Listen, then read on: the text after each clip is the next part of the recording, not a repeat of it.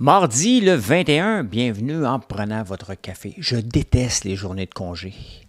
C'est dur de trouver des nouvelles. J'en ai trouvé. J'ai lu plus longtemps. On va parler de Valérie Plante, un article de Nathalie Elgrabi qui est presque passé sous silence. Augmenter la densité des pommes. OK, donne-moi de l'argent.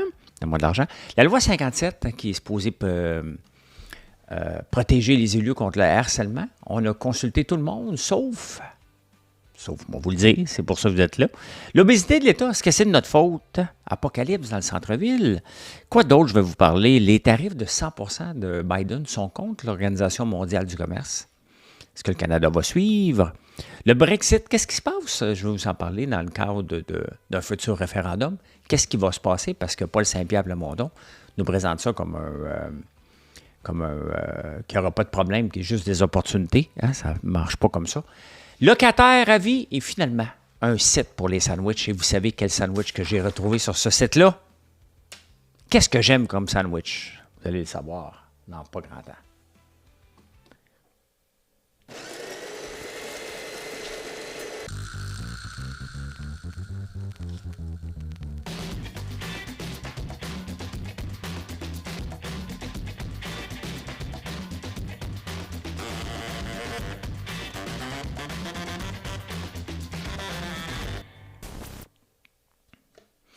Est-ce qu'il y en a qui savent qu'est-ce que j'aime comme sandwich? Je pense qu'il y en a qui le savent. J'ai mon, je ne peux pas vous le montrer parce qu'il n'est pas assez long de fil, mais j'ai branché mon Raspberry Pi. Je commence à jouer avec ça. Vous savez que j'ai acheté ça parce que je vais avoir un petit serveur pour automatiser certaines tâches pour mon site. Et aussi, je veux tester un sensor parce qu'on fait de l'huile de tournesol, de soya et de lin. Et il faut régulièrement, je vais me faire un plus gros bac pour ne pas oublier. Mais quand on oublie d'aller mettre des graines dans le bac, bien, c'est une vis sans fin, puis ça chauffe un petit peu au bout, et c'est nécessaire. Quand on l'oublie, ça se ramasse dans un pain, tout ça.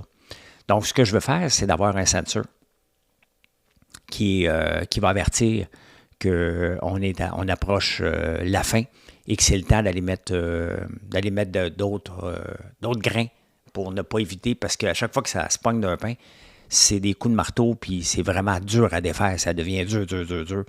Donc, c'est pour ça que je veux programmer ça. Vous pouvez me dire, je pourrais l'acheter, mais quel plaisir de le programmer. Je suis geek, officiellement, et j'adore l'être, donc ne brisez pas mon fun. Moi, tout vous montrer ça, mais ça va me coûter à peu près là, du temps, bien entendu, là. Mais ça va me coûter à peine 200$ maximum pour avoir un sensor qui a de l'allure avec un écran puis pouvoir m'envoyer des textos. Donc, c'est le côté... À chaque fois que je me sors de la programmation, je trouve toujours une idée pour revenir programmer. Peu importe les étapes de ma carrière, ça a toujours été comme ça. Donc, j'aime ça, je suis un geek, puis je m'assume complètement. Et si ça peut aider certaines personnes à avancer leur compagnie en regardant ce que je fais, puis je vous montre ce que je fais. Ah, j'ai oublié de brancher, mais c'est pas grave. Donc, ben voilà. Eh bien, le télétravail, qu'est-ce qu'on fait avec le télétravail? Hein? Le télétravail, là, les fonctionnaires vont bouder cet été. Est-ce qu'on a le droit de bouder quand on est à l'emploi à l'emploi, tout simplement, avec un emploi? Est-ce qu'on a le droit de bouder puis le dire ouvertement que nous autres, on va ralentir? Tu sais, est-ce que c'est normal? Est-ce que c'est accepté? On semble l'accepter. Le problème, j'en ai parlé, puis on en reparle dans les journaux, 1,7 journées de télétravail ici au Canada versus 0,9. Quand même, hein? Est-ce qu'on doit regarder les tâches ou le jour de travail? Quelles tâches qu'on devrait faire au bureau? Quelles tâches qu'on devrait faire à la maison? Et c'est plus vers ça qu'on doit s'adapter, bien entendu. Il y a aussi des gens qui ne sont pas capables de gérer sans avoir un horaire. Il ne faut pas oublier que depuis qu'on travaille à la maison, on s'est habitué. Il y en a qui sont déménagés. Et aux États-Unis, les gens poursuivent. Là. Ils disent, écoute bien, là, tu m'as embauché, moi j'ai déménagé, tu n'as rien dit, puis là, tu veux me ramener au centre-ville de New York. Ça ne marchera pas de même, là. On est rendu là.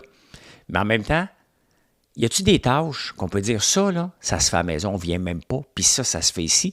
Puis à un moment donné, du brainstorming. Regardez, Nike a admis que sa créativité a diminué depuis qu'ils sont en Zoom. Tu sais, il faut qu'ils créent des nouveaux souliers, des nouvelles affaires.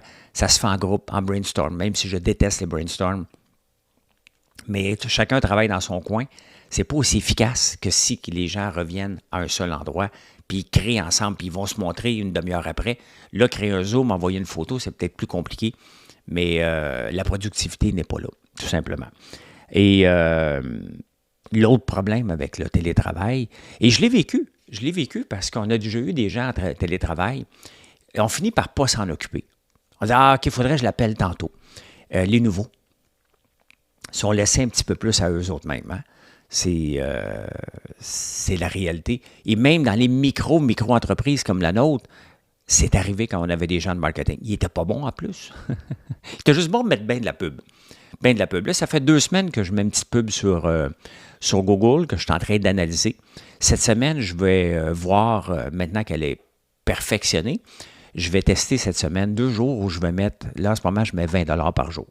Et je vais voir quel est l'impact si j'en mets 300 par jour pendant 2 jours. Donc, je vais investir, je vais tester en mettant beaucoup pour voir est-ce que je vais avoir plus de ventes, quel est l'impact sur mes ventes, parce que là, c'est difficile avec le petit montant que je mets. Donc, à suivre, moi, vous parler de ça quand je vais le faire. Un autre article intéressant parlant de l'obésité de l'État.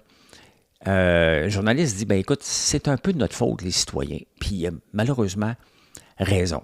On a des fonctionnaires, pas des fonctionnaires, des politiciens peureux. Donc, à toutes les fois, puis c'est quelque chose qui me dérange à chaque fois, c'est qu'on a toujours des nouvelles règles, des nouvelles lois. À un moment donné, c'est parce que dans 50 ans, là, le nombre de lois qu'il va y avoir, on n'enlève jamais. Donc, c'est un peu élevé comme méthode. Le problème, c'est qu'à chaque fois que tu mets une loi, nouveau règlement, il faut que tu rajoutes des gens. Et c'est ça. On demande aux gens, regarde, il y a un accident, il faut faire un comité. Il faut mettre des nouvelles règles. Les règles, ça prend des lois, ça prend des gens pour les gérer, puis on en rajoute. Regardez la société qu'on est en ce moment en 2024 versus la société qu'on était, mettons, en 1965. Je vous montre souvent les anciens journaux pour qu'on compare et qu'on comprenne que les problèmes qu'on vit aujourd'hui, c'était les mêmes problèmes qu'avant. Vous allez voir les professeurs tantôt. C'est assez fantastique, là. Donc, c'est ça. On en veut toujours plus. Les politiciens disent, le peuple me demande de légiférer, je vais légiférer. Eux autres s'en balancent. Hein? S'en balancent. Donc, elle s'en va où, l'État? À quel moment que quelqu'un qui va mettre la hache comme Javier Milei en Argentine, c'est pas demain la veille parce qu'on n'est pas en crise, mais faut-il attendre d'être en crise? On est en crise de productivité, ça c'est certain, mais c'est un peu notre faute. On veut des nouvelles lois constamment. On n'en veut pas, mais on en demande. C'est assez spécial. Hein? J'ai été dans le centre-ville en fin de semaine. J'adore aller au centre-ville de Montréal. Mais c'est pas beau. T'sais.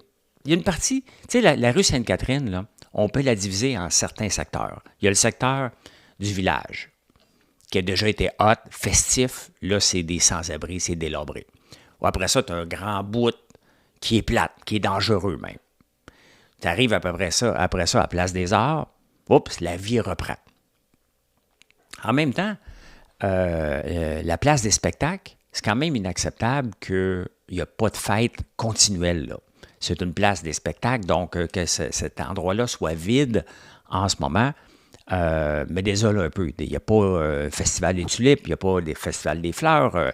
Il y a quelque chose, on devrait avoir toujours des festivals à l'année sur la place des spectacles. Tout le temps. Le bâti pour ça.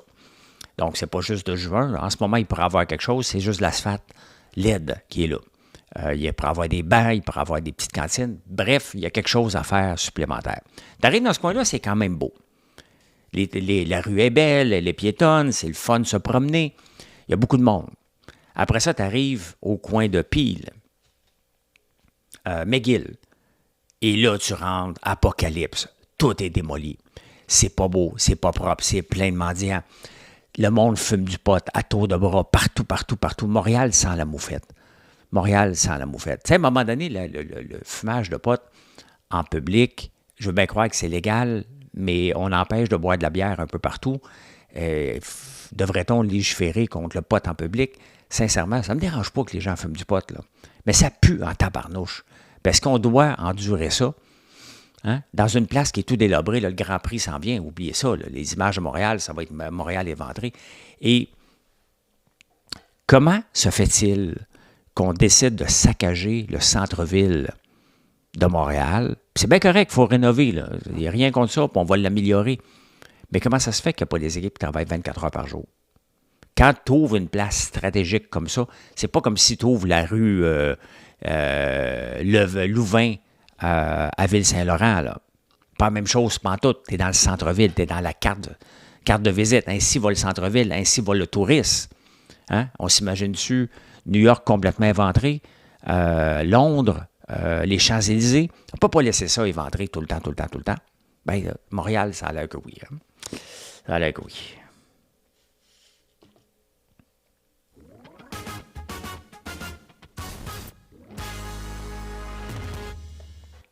J'aime tellement ma nouvelle console, là. Elle n'a pas pété une fois depuis que j'ai changé ma clé d'enregistrement, qui semblait être la cause de l'autre problème, mais j'aime bien quand même ma nouvelle console. Ça m'a permis de moderniser un peu mes choses. Je n'ai pas été capable encore de mettre en prenant votre café en bas, comme j'avais fait avant, mais ça va venir. Valérie Plante, Nathalie Le Graby du Journal de Montréal pose une question intéressante et je vais vous le montrer. Et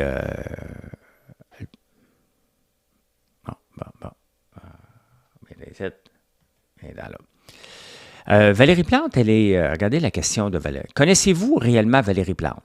Valérie Plante est VP du comité directeur du C40. Le C40 est une organisation environnementale qui compte les maires de 96 des plus importantes villes du monde. 900 millions d'habitants. Mission, appauvrissement généralisé au nom de l'environnement. Si vous trouvez que leurs ambitions sont démesurées, s'il vous plaît, partagez. Regardez ce qu'on veut. Consumption, intervention of food and associate target. Donc, ils visent d'ici 2030 0 kg de viande mangée, quand même. Hein? 0 véhicule d'ici 2030. Vous voyez les ambitions de Valérie Plante? Hein? C'est presque du communisme, là. C'est ça, cet organisme-là. Là. C'est un organisme radical. Là.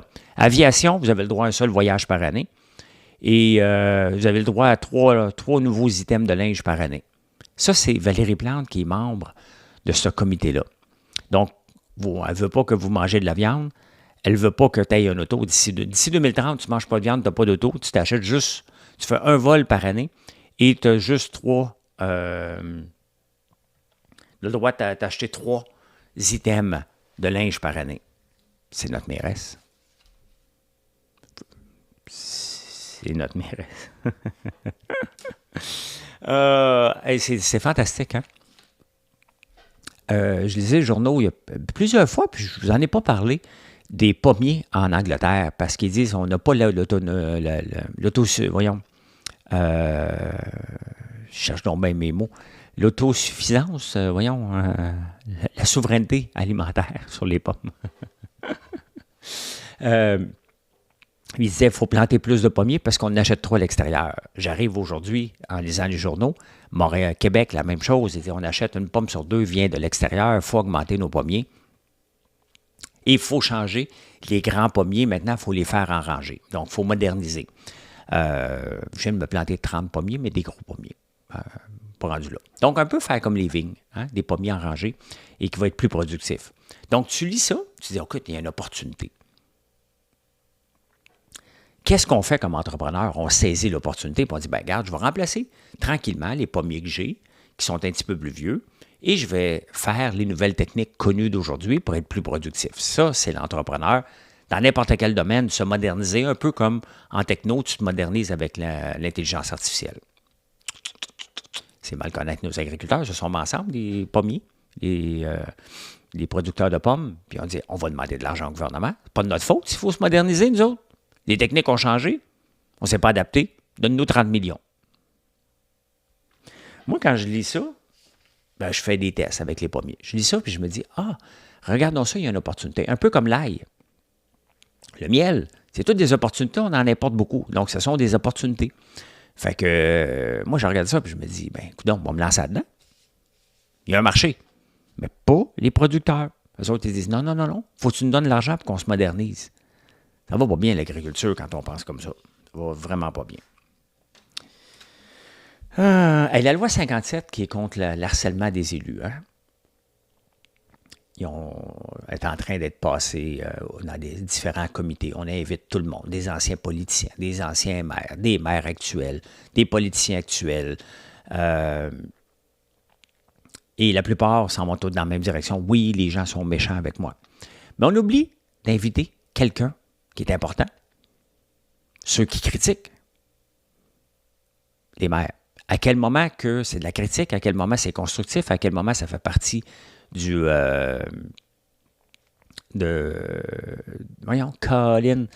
paysage de la libre expression. Hein? À quel moment qu'on a le droit de s'exprimer contre un politicien qui ne fait pas une bonne job? On n'a pas invité ces gens-là à donner leur opinion. Ça serait peut-être intéressant pour justement qu'on mette des balises, si on veut mettre des balises. Puis il y a pas la mairesse, une conseillère sur la Rive-Sud qui écrit dans le journal, puis elle dit, écoute, je fais de la politique, je le sais qu'ils vont me faire critiquer, je le sais qu'ils vont me faire regarder de travers à l'occasion, à l'épicerie, je vis bien avec ça, c'est normal, on est dans la vie des gens. Donc elle a dit, moi, j'en veux pas de ça. Donc, c'est sincèrement, là, il va y avoir des dérapages avec ça. À tout moment, là, quelqu'un va pouvoir appeler la police et dire, ah, harcèlement. Tu sais, à un moment donné, ça, c'est le genre d'encadrement qui fait grandir la boulimie de l'État. Est-ce qu'on avait vraiment besoin de ça? Il y a la police, là, autrement, là. Quand tu fais du harcèlement, as-tu besoin d'une loi supplémentaire, un projet de loi où c'est encore plus sévère et les gens vont se faire arrêter pour tout et pour rien parce que tu donnes une opinion sur X? On est là.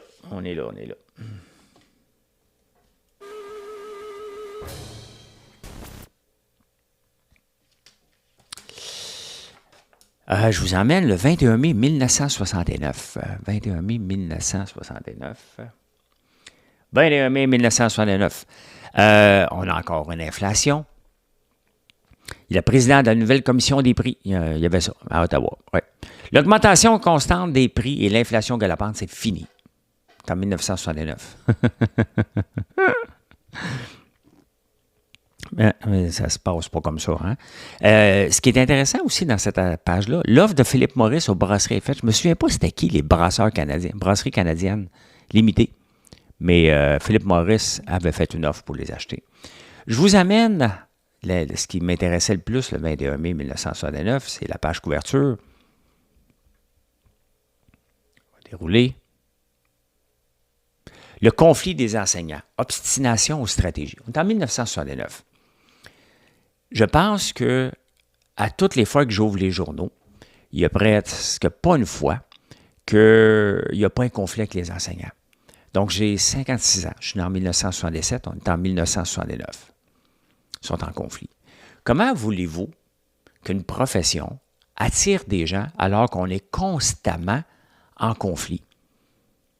C'est dur, on travaille trop. Comment voulez-vous? Ça fait 50 ans, puis probablement avant, mais là, si on parle de son part, mettons que c'était la première fois qu'ils se chicanaient et qu'ils disent qu'ils travaillaient trop, 4 à 5 heures de plus par jour.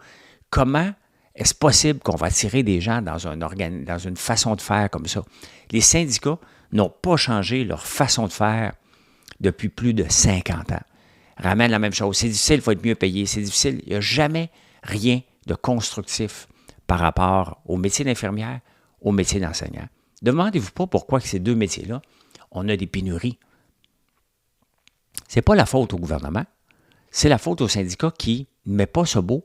C'est peut-être pas parfait, mais tu as une job à 110 000 aujourd'hui, là. Peut-être parce qu'il y a eu des conflits et des stratégies, peut-être, mais y a-tu moyen de m'amener d'avoir une trêve et de dire, hey, c'est le fun. C'est le fun de travailler comme professeur. Regardez ce qu'on fait. Regardez comment c'est le fun. Il n'y a jamais une fois qu'on voit ça dans les journaux. Jamais, jamais, jamais. Bien, demandez-vous pas après pourquoi. Hein? Demandez-vous pas pourquoi.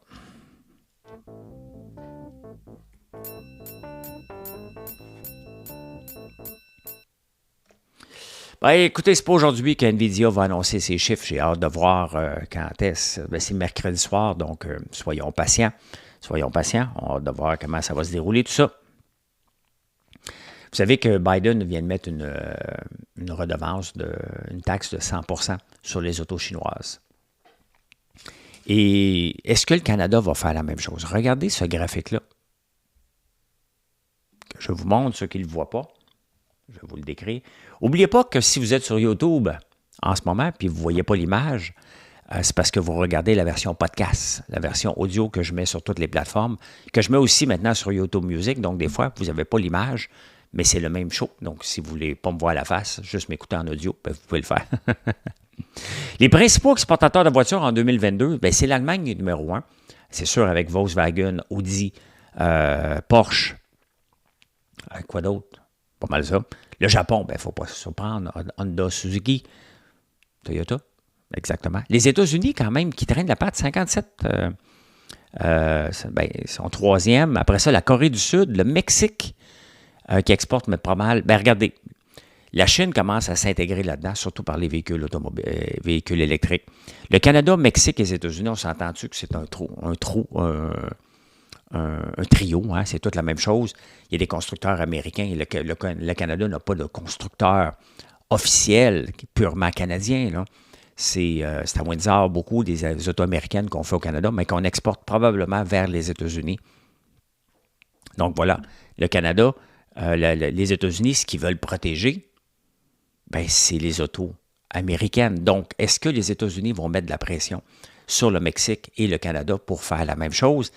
Là, il y a un danger parce que le Canada est un grand défendeur de l'Organisation mondiale du commerce, met des tarifs de 100% pour protéger une industrie. C'est contre les principes de l'Organisation mondiale du commerce.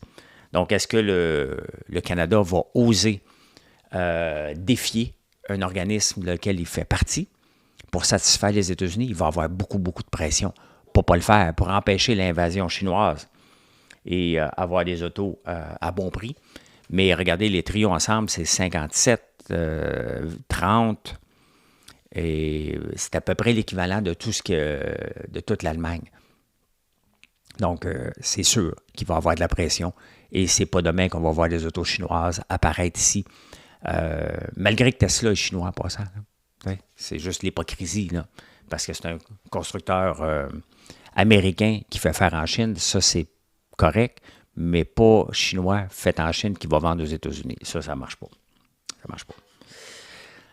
Avis à ceux qui veulent le référendum, il faut toujours regarder ce qui s'est passé ailleurs. Puis le Brexit n'est pas une grande séparation comme le Québec, parce que l'Angleterre était déjà autonome avant qu'ils rejoignent l'Union européenne. Le mariage n'a pas duré longtemps, ils sont ressortis de là. Et ça a eu un impact sur la place boursière. Londres s'est fait dépasser par Paris. Mais Paris a pris le contrôle un peu par la force de toutes les maisons de beauté chinoises, pas chinoises, mais ouais, un peu. Hermès, entre autres, Louis Vuitton. Prada n'est pas là, mais toutes les grandes, Tiffany appartient à Louis Vuitton, je pense maintenant. Donc, tous les grands, L'Oréal, les grandes bannières de parfums et de beauté, de luxe, sont sur Paris. Hein? Sur Paris, parce que on a beaucoup plus de techno aux États-Unis. Ici, nous autres, on a autre chose. Donc, 7000 emplois ont été perdus en finance depuis le Brexit. C'est quand même pas énorme, c'est quand même beaucoup. Il y a 100 milliards de dollars qui sont sortis de Londres, qui sont allés surtout vers où? Vers Paris. Et ça, il y a des vases communicants entre Paris et Londres constamment. La France va mettre des règles strictes sur les plus riches, ils s'en vont à Londres. Londres met des règles strictes, ils s'en vont à Paris. Et c'est comme ça tout le temps des vases communicants. En ce moment, bien là, Londres essaie de reprendre du poil de la bête. Je vous ai parlé de Raspberry qui s'en va sur le marché de Londres. Je vais suivre ça parce que vous êtes plusieurs des fans de ce petit ordinateur-là. Et donc, intéressant de voir qu'ils ont choisi. Shine aussi a choisi le marché londonien. Donc, je vais suivre ça un petit peu parce que j'ai hâte de voir, parce qu'on ne fait pas de transactions beaucoup. Est-ce que je peux le faire par l'entremise de mon courtier à la Banque Royale? Probablement. Je vais regarder. Donc, mais je n'achète pas.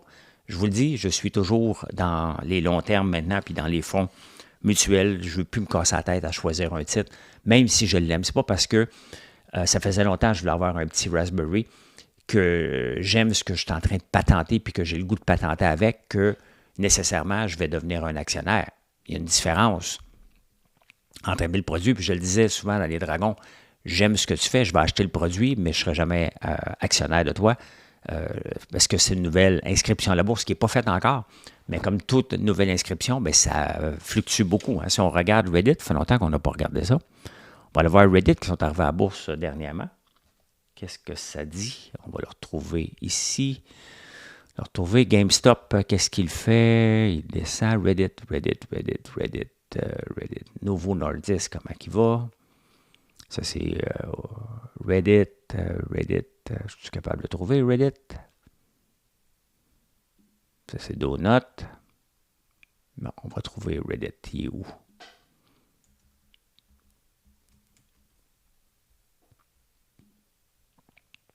Il était là. Ah ben, my God, il a remonté, hein, regardez. C'est-tu Reddit, ça? Ben oui. On va regarder sur 3 mois. Il est arrivé à la bourse à 47. Il a monté à 73. Là, j'avais manqué. Il a rapporté des bons chiffres pour une première fois. C'est vrai. C'est vrai, les gens s'attendaient à ce qu'il perde 8 piastres. Il a perdu 8 et 19 par action. Ils ne font pas d'argent encore. Puis il y a eu aussi le retour de GameStop là, qui a affecté le stop intéressant.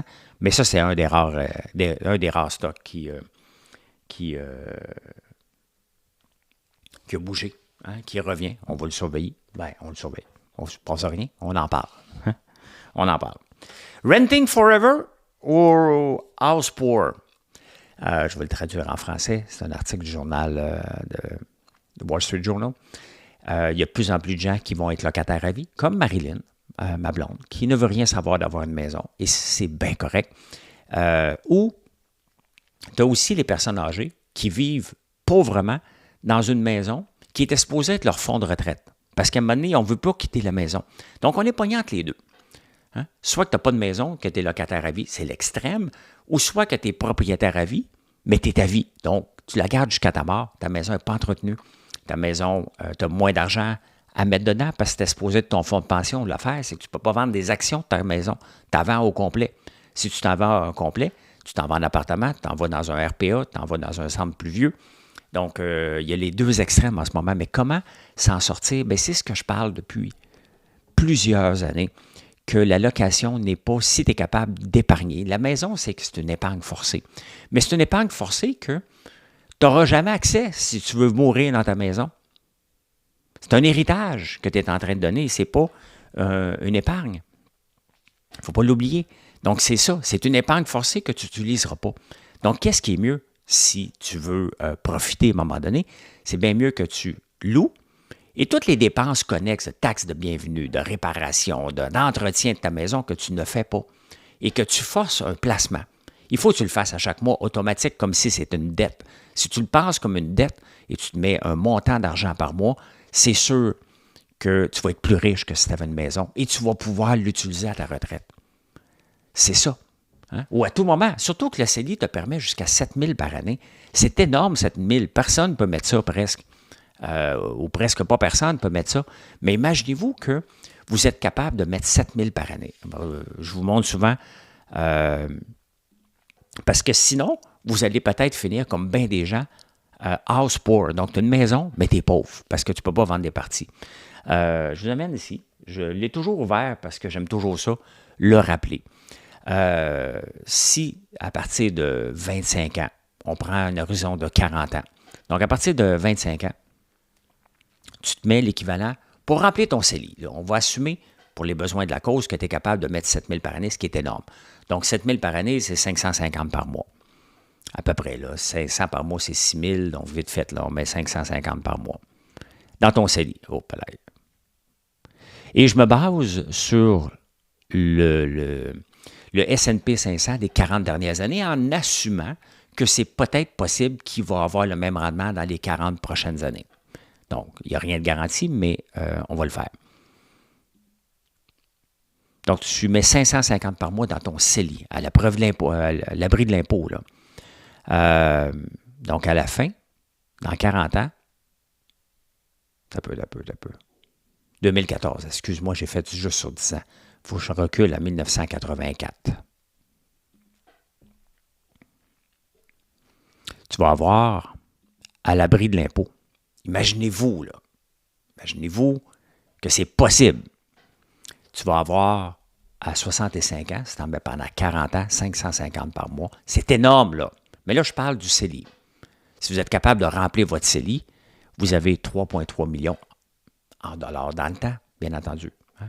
Donc, ta valeur d'achat, mais il reste que, considérant qu'en date d'aujourd'hui, on peut prendre notre retraite aisément avec 1,5 million. C'est à peu près le chiffre, là, à 55 ans. Donc, vous allez arriver parfaitement si vous êtes capable de le vivre. Il y a des très beaux loyers. Il faut arrêter de capoter. Ce n'est pas parce que tu as un loyer que tu t'envoies d'un taudis. Il y a des très, très beaux loyers. Marilyn, elle habite dans un très beau logement. Donc, vous êtes capable de vous mettre, remplir votre CELI à chaque année. Sans compter que vous êtes peut-être capable de mettre dans votre REER, mais vous allez avoir 3,3 millions quand même. Hein? Je comprends que ce n'est pas pour tout le monde. Écrivez-moi pas pour dire si c'est réaliste, ton 550 par mois. Je vous donne l'exemple d'un CELI qu'on remplit au complet. Parce que si tu es capable de t'acheter une maison, puis ton loyer, mettons, tu vas payer 2000, 2500 par mois, c'est ça que ça coûte. Là. Mais si tu es en couple et vous êtes capable, les deux, de remplir votre CELI, mettons que vous êtes un couple durable, puis vous êtes capable, encore là, c'est hypothétique, là, parce que c'est 7000, c'est beaucoup après impôt, là. Mais vous êtes les deux capables de placer votre argent dans un CELI, vous allez vous ramasser avec 6 millions. Les chances que vous soyez ensemble sont très minces, là, on s'entend, là, 40 ans plus tard. Là. Mais admettons que vous êtes le couple parfait. Commence à faire beaucoup d'argent. Votre retraite à 55 ans, elle est possible. Parce que ton argent continue. Il ne faut pas t'oublier que ton argent continue. C'est parce que tu n'arrives pas à la retraite, tu le retires. Là. Il continue à faire des petits. Puis regardez, quand vous arrivez, mettons, à 3 millions, c'est un rendement de 10 c'est 300 000 par année. À un moment donné, tu ne seras même pas capable de vivre assez vieux pour être capable de dépenser autant. Parlant de dépenser autant, j'avais mis quand même une bonne somme dans le REER. J'avais rempli jusqu'à temps que mes enfants, peut-être 14 ans, j'ai rempli le REER, 14-15 ans, j'ai arrêté après. Et mon REER a doublé. Donc, j'ai retiré la moitié, j'ai retiré tout l'argent pour Mathieu. Mathieu, maintenant, il l'a mis dans son CELI ou, comme je vous ai dit, il l'a bu. Là, il me reste Alexis. Et j'ai encore le même montant que quand j'ai commencé à donner de l'argent à Mathieu. Donc, c'est intéressant, le REER, si vous avez des enfants aussi. Hein. On s'en va aux insolites.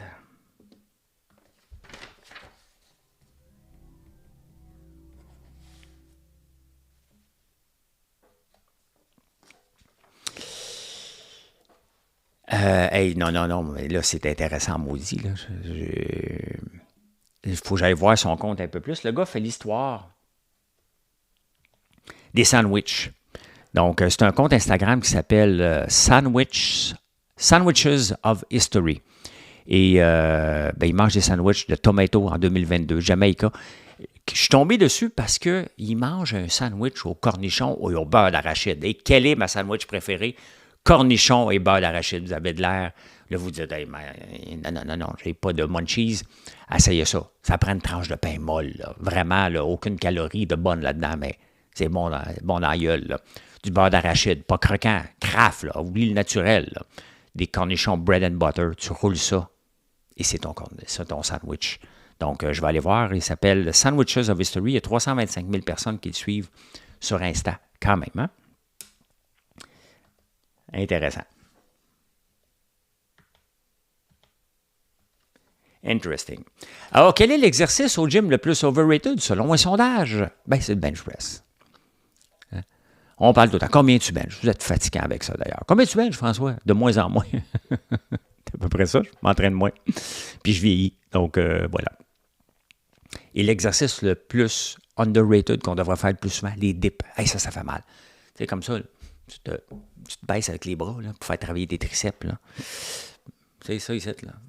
Le gras de triceps, là, pas en avoir. Bien, ça, là, ça fait mal. Je vais en faire aujourd'hui, maintenant, qui est underrated. Je vais en faire plus souvent. Vous savez que la fin de l'esclavage a eu lieu en 1833. Et les Britanniques étaient des leaders dans la traite des esclaves, entre autres en amener dans les Caraïbes pour différentes raisons. Mais là, les pays des Caraïbes se sont mis ensemble et ils disent, écoute, ben, tu nous dois maintenant 205 milliards comme compensation de nous avoir exploités. Là, à un moment donné, qui exploite qui? Ça fait quand même 1833. Mais quand même, hein, ça va à l'encours. C'est la même chose qui se passe en Californie. Il y a de plus en plus de poursuites contre l'esclavage. Est-ce que c'est d'en profiter? Parce qu'on s'entend que quand même que mon grand-père, arrière-grand-père a été victime d'esclavage. Est-ce que ça vaut réparation après si longtemps que ça? Autant? Question se pose, les juges vont répondre à ça, puis on va en reparler. Mais moi, en attendant, je peux dire enfin ceci. Je dis bien enfin parce que j'ai été plus long que d'habitude ce matin. Mais c'est pas grave, il y a des sections. Hey, merci d'être là. Je vous souhaite une excellente journée, puis allez voir françoislambert.one.